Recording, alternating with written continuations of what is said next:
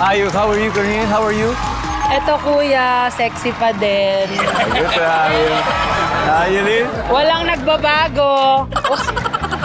Pero masaya kami parati pag nandito. Ay, salamat po. Thank you. Kasi tuwing na-invite ako dito, talagang laging kulang ako sa pera. Kaya pag feeling ko nararamdaman nila.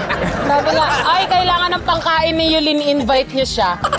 Ngayon, hindi lang ikaw at kasama mo, mga kaibigan mo talaga sa buhay. Yes. Sino-sino ba sila, Yulin? Ayan, umpisahan po natin siyempre sa hindi ko naman ganun ka-close. Pero niligawan ako nito, ilang beses kong binasted to.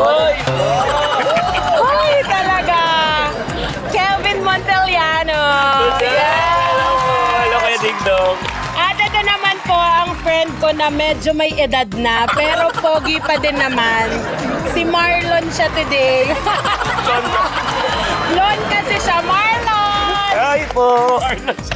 Ito naman po ang pinakamatangkad sa buong Pilipinas talaga. Nahiya talaga lahat na matangkad dito. Bray! Yeah! Nakakatawa yung mga intro. Napakasipag mo mag-content online. 2026, ano bang pasabog mo ngayon, Yulin? Baka ako na po'y sumabog. Kakakain ko. Hindi po, meron po akong nilabas na kanta. At